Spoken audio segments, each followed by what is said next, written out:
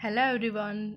आज हमारा जो टॉपिक है वो है एक्सेलेरेशन। हम मोशन इन स्ट्रेट लाइन कर रहे थे। इसके अंदर हमारा जो नेक्स्ट टॉपिक है वो है एक्सेलेरेशन। इससे पहले हम स्पीड वेलोसिटी पढ़ चुके हैं। आज पढ़ते हैं हम एक्सेलेरेशन के बारे में। तो आइए स्टेप बाय स्टेप इस वीडियो तक के लास्ट तक बने रहें और एक्सेलेरेशन के बारे में हम डिटेल में पढ़ते हैं। एक्सेलेरेशन देखो क्या है।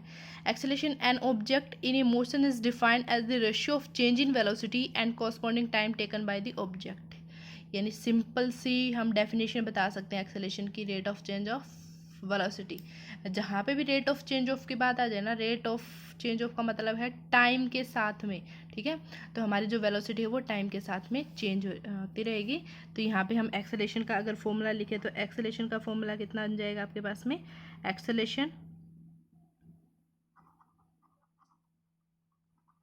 कितना आ जाएगा, change in velocity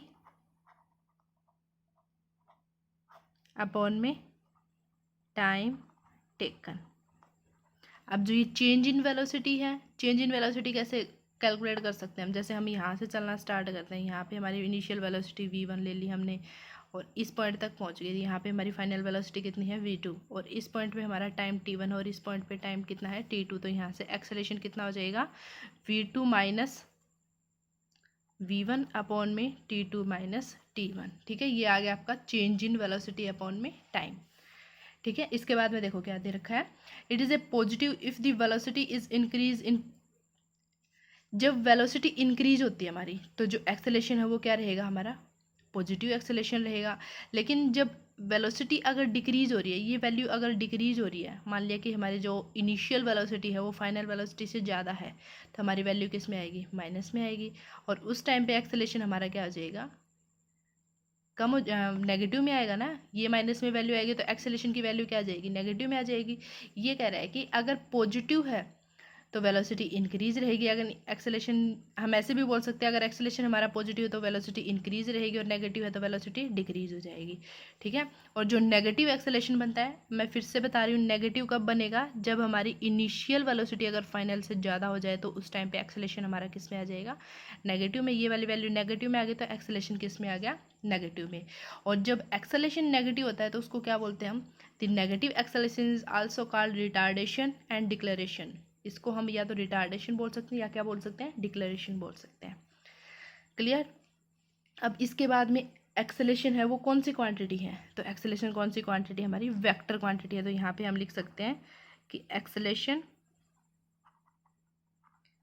is a vector quantity. अब इसके बाद में हम इसकी यूनिट की बात करेंगे। देखो वेलोसिटी बाय टाइम है, तो वेलोसिटी की यूनिट क्या होती है, यहाँ पे मैं एक्सेलेरेशन की जो यूनिट है, ऐसा यूनिट है, वो कैसे लिखेंगे हम। यहाँ मैं डायरेक्ट लिख रही हूँ, वेलोसिटी अपॉन में टाइम है। तो वेलोसिटी की कितनी होती है, मीटर पर सेकंड, और टाइम की सेकंड, तो ये कितनी हो जाएगी, मीटर पर सेकंड स्क्वायर। यानी जो एक्सेलेरेशन है उसकी ऐसा यूनिट कितनी आ जाएगी, मीटर पर सेकंड स्क्वायर। इसके बाद में हम इसका डायमेंशन फॉर्मूले की बात करते हैं। डायमेंशन वेलोसिटी का कितना होता है, L T minus one upon में टाइम का कितना है, टी। तो यहाँ पे इसका डायमेंशन फॉर्मूला कितना हो जाएगा, एल टी माइनस टू, और एम होता ही नहीं है इसके अंदर, तो यहाँ पे लिखेंगे हम M zero L one T minus two. ये इसका डायमेंशन फॉर्मूला बन जाएगा। ठीक है, अब जब भी कोई नई क्वांटिटी या नई टर्म पढ़ते हैं तो उसका डायमेंशन फॉर्मूला कैलकुलेट करने की कोशिश करें और उसको याद रखें। ठीक है, अब हम एक्सेलेरेशन के अनदर टाइप्स पढ़ते हैं। सबसे पहला है यूनिफॉर्म एक्सेलेरेशन। यूनिफॉर्म एक्सेलेरेशन क्या होता है, an object is said to be moving with uniform acceleration if its velocity changes by equal amount of in equal interval of time. एक बार मैं दोनों डेफिनेशन पढ़ के बता देती हूँ, फिर अच्छे से समझा दूंगी विद एग्जाम्पल, और भी अच्छे से क्लियर हो जाएगी। यूनिफॉर्म एक्सेलेरेशन का मतलब है कि इक्वल वेलोसिटी चेंज हो रही है in equal amount of time के अंदर। ठीक है, और जो वेरिएबल वेलोसिटी है वो क्या हो जाएगी, इक्वल वेलोसिटी चेंज होएगी अनइक्वल इंटरवल ऑफ टाइम, या फिर इक्वल इंटरवल ऑफ टाइम में अनइक्वल वेलोसिटी चेंज हो रही है। ठीक है, देखो अभी एक एग्जांपल करते हैं, फिर उससे दोनों समझ में आ जाएंगे। यूनिफॉर्म का मतलब ये कह रहा है कि वेलोसिटी हमारी जितना टाइम चेंज होएगा उसी हिसाब से हमारी वेलोसिटी भी सेम कांस्टेंट अमाउंट में, एक फिक्स अमाउंट में एक्सेलेरेशन क्या होता रहेगा, सॉरी जो वेलोसिटी है वो क्या होती रहेगी, चेंज होती रहेगी। ठीक है, अगर फिक्स अमाउंट में अगर चेंज हो रही है, जैसे मैंने यहाँ पे इनिशियल और फाइनल का बताया था आपको, V1 और V2 बताया था, अगर ये भी सेम है और ये भी सेम है, मतलब अगर हम जैसे मान लीजिए ये 2 मीटर पर सेकंड है और ये भी हमारे पास में कितनी है, 2 मीटर पर सेकंड है, सेम सेम रहेगी ना, तो उस टाइम पे हमारा एक्सेलेरेशन क्या हो जाएगा, सॉरी ये यूनिफॉर्म की बात कर रहे हैं ना हम। यूनिफॉर्म का मतलब क्या है, यहाँ पे 1 सेकेंड टाइम है, यहाँ पे 2 सेकेंड टाइम है, यानी 1 सेकेंड पे हमारे पास में वेलोसिटी कितनी है, 2 मीटर पर सेकेंड है, और 2 सेकेंड पे वेलोसिटी कितनी है, 4 मीटर पर सेकेंड, मतलब 2 अमाउंट का चेंज हो रहा है, आगे 3 पे 6 हो जाएगी, 4 पे 8 हो जाएगी, ऐसे चेंज हो रही है। ठीक है, तो यहाँ पे ये इसको हम क्या बोल सकते हैं, कॉन्स्टेंट एक्सेलेरेशन भी बोल सकते हैं, यानी यूनिफॉर्म को क्या बोल सकते हैं हम, कॉन्स्टेंट। अभी एक एग्जाम्पल करते हैं फिर समझ में आ जाएगा। देखो यहाँ पे मान लिया कि हमारे पास में एक गाड़ी है,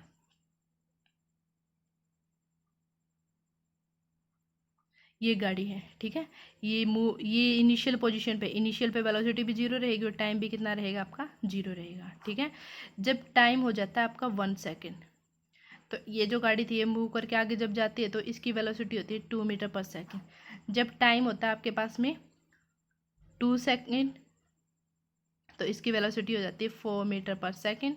जब 3 सेकेंड पे पहुंचते हैं हम, तो यहाँ पे हो जाएगी 6 मीटर पर सेकेंड, ऐसे चेंज हो रही है। मतलब देखो equal interval of time change हो रहा है ना, वैसे ही जो वेलोसिटी है वो भी क्या है, इक्वल अमाउंट में चेंज हो रही है। इसी को क्या बोलते हैं हम, यूनिफॉर्म एक्सेलरेशन। यहाँ पे भी देखो अगर डिफरेंस देखें, फाइनल माइनस इनिशियल करें, 4 माइनस 2 करेंगे कितना आ गया 2, 6 माइनस 4 करेंगे कितना आ गया 2, यानी 2 2 ऐसे चल रही है ना, तो इसको हम क्या बोल सकते हैं, यूनिफॉर्म एक्सेलरेशन। और सेम सेम अमाउंट में यानी फिक्स अमाउंट में मूव कर रही है, तो इसका मतलब फिक्स अमाउंट में चेंज हो रही है, तो इसका मतलब इसको हम क्या बोल सकते हैं, कॉन्स्टेंट एक्सेलरेशन भी बोल सकते हैं। ठीक है, हो गया क्लियर। अब जो वेरिएबल एक्सेलरेशन है वो क्या है, वेरिएबल एक्सेलरेशन का मतलब ये कह रहा है कि देखो if it velocity change by an equal amount of equal interval of time, यानी टाइम हमारा इक्वल रहेगा, यानी 1 सेकेंड पे 2 सेकेंड पे 3 सेकेंड पे। ठीक है, अब मान लिया कि ये पहले 2 मीटर पर सेकेंड है, फिर हो जाए 7 मीटर पर सेकेंड हो जाए, फिर हो जाए 6 मीटर पर सेकेंड। अगर ऐसे आपकी वेलोसिटी चेंज हो रही है, देखो यहाँ पे 7 माइनस 2 करोगे कितना आ जाएगा, 5 आ जाएगा, 6 माइनस 7 करोगे कितना आ गया, माइनस में आ गई ना, यहाँ पे रिटार्डेशन हो रहा है, मतलब क्या है, अनइक्वली चेंज हो रही है। अनइक्वली चेंज हो रही है तो उसको क्या बोलेंगे हम, वेरिएबल एक्सेलरेशन बोलेंगे। ठीक है, और जब वेरिएबल एक्सेलरेशन में हमें बहुत सारी वेरिएबल एक्सेलरेशन आ जाए, तो उसके बाद में हम पढ़ते हैं एवरेज एक्सेलरेशन। और एवरेज कैलकुलेट करने के लिए जो वेरिएबल वेलोसिटीज़ हैं उन सभी का एवरेज कैलकुलेट करने के लिए हम क्या करते हैं, एवरेज एक्सेलरेशन कैलकुलेट करेंगे। ये देखो क्या दे रखा है, it is defined as the ratio of the total change in velocity of the object during motion to the total time taken. इसको समझने के लिए ग्राफ से हम समझते हैं इसको। देखो क्या है, ये हमने एक ग्राफ ड्रॉ किया यहाँ पे, ये टाइम के लिए और यहाँ पे वेलोसिटी के लिए। ठीक है, टाइम इंटरवल है 1 सेकेंड, यहाँ पे 2 सेकेंड, यहाँ पे 3 सेकेंड, 4 सेकेंड एंड 5 सेकेंड। हमने सपोज किया कि 1 सेकेंड पे हमारे पास में वेलोसिटी है 2, फिर सडनली 2 के बाद में हमारे पास में आ गई 6, फिर इसके बाद में आगे हमारे पास में, मतलब ये इस टाइप से चेंज हो रही है। ठीक है, इस पॉइंट पे 6 मीटर पर सेकेंड है वेलोसिटी और इस पॉइंट पे है 9 मीटर पर सेकेंड है वेलोसिटी। ठीक है, आगे इतना समझ में। अब यहाँ पे हमें एक्सेलरेशन कैलकुलेट करना है। एक्सेलरेशन कौन सा करना है कैलकुलेट, एवरेज एक्सेलरेशन कैलकुलेट करना है। एवरेज कैसे करेंगे हम, कि देखो यहाँ पे 1 सेकेंड पे हमारे पास में 2 मीटर पर सेकेंड है वेलोसिटी, और 2 सेकेंड पे 6 मीटर पर सेकेंड है, और 3 पे कितनी है 9 मीटर पर सेकेंड है। इस टाइप से वेलोसिटी आ रही है। ठीक है, हमें बोल दिया कि इन दो पर्टिकुलर पॉइंट्स के बीच में हमें एक्सेलरेशन फाइंड आउट करना है। एक्सेलरेशन इन दो पॉइंट के बीच में फाइंड आउट करेंगे, इस पॉइंट पे और इस पॉइंट पे, इन दोनों पॉइंट के बीच का करना है। तो हम क्या करते हैं, यहाँ पे परपेंडिकुलर ड्रॉ करेंगे और इधर से भी करेंगे ऐसे। ठीक है, अब देखो ये हमारा V2 हो जाएगा और ये हमारा क्या हो जाएगा V1, यानी ये फाइनल वेलोसिटी और यहाँ पे क्या है इनिशियल वेलोसिटी। ऐसे ही यहाँ पे T1 आ जाएगा और यहाँ पे कितना आ जाएगा T2। तो हम क्या करेंगे, इसका स्लोप कैलकुलेट करेंगे, और स्लोप कैलकुलेट करने का फॉर्मूला क्या होता है आपके पास में, y2 माइनस में y1 अपॉन में x2 माइनस में x1, ये वाला फॉर्मूला होता है। और y2 ये कितना आ जाएगा, जो एक्सेलरेशन है वो कितना आ जाएगा, v2 माइनस v1 अपॉन में t2 माइनस t1। या फिर हम डायरेक्ट बोल सकते हैं इन दोनों का जो चेंज है उसको क्या लिख सकते हैं हम, डेल v, और इन दोनों का जो चेंज रहेगा उसको क्या लिख सकते हैं हम, डेल t लिख सकते हैं ना। इसी को क्या बोलेंगे हम, एवरेज एक्सेलरेशन, यानी इस टाइप से हम एवरेज एक्सेलरेशन कैलकुलेट कर सकते हैं। ठीक है, इसके बाद में है इंस्टेंटेनियस एक्सेलरेशन। इंस्टेंटेनियस एक्सेलरेशन क्या होता है, it is defined as the limiting value of average acceleration of object in a small time interval around that instant when time interval approaches zero. ये डेफिनेशन समझने के लिए मैं आपको इसी के अंदर इंस्टेंटेनियस वेलोसिटी एक्सेलरेशन बता देती हूँ, फिर ये डेफिनेशन आपको अच्छे से क्लियर हो जाएगी। जैसे देखो यहाँ पे मैं ये वाला फॉर्मूला लिख रही हूँ, A is equal to del V upon में डेल टी। ये कैलकुलेट किया हमने एवरेज एक्सेलरेशन से। अब हमने सपोज कर लिया कि इस टाइप से हमारे पास में ग्राफ है और यहाँ पे टाइम है हमारे पास में 1.5 सेकेंड।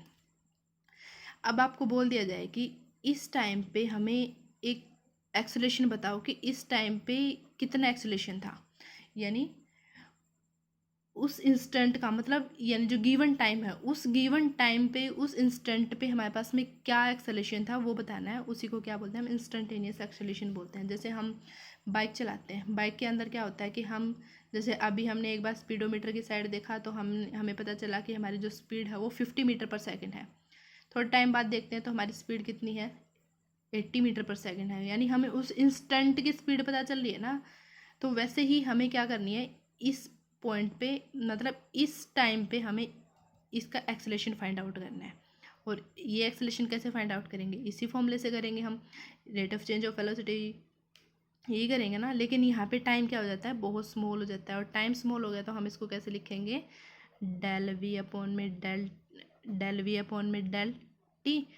टाइम क्या हो रहा है, स्मॉल, मतलब अप्रोच हो रहा है टाइम क्या, जीरो के, मतलब बिल्कुल एक हमने एक पर्टिकुलर टाइम पे देखा, मतलब उस मोमेंट पे देखा, तो हमें उसी मोमेंट का, मतलब उसी मोमेंट का हमें उस टाइम का एक्सेलरेशन चाहिए होता है। तो वहाँ पे टाइम कितना रहता है, टेंस टू बिल्कुल अप्रोचेज हो जाता है जीरो के। ठीक है, ये लिमिट लगाएंगे तो ये फॉर्मूला क्या बन जाएगा हमारे पास में, जो एक्सेलरेशन है यहाँ पे लिख देती हूँ मैं, इंस्टेंटेनियस एक्सेलरेशन है वो कितना आ जाएगा, डी वी अपॉन में डी टी, और इसी को क्या बोलेंगे हम, इंस्टेंटेनियस एक्सेलरेशन। आई होप आपको ये समझ में आ गया होगा, बहुत ही ध्यान से करना है। Thank you.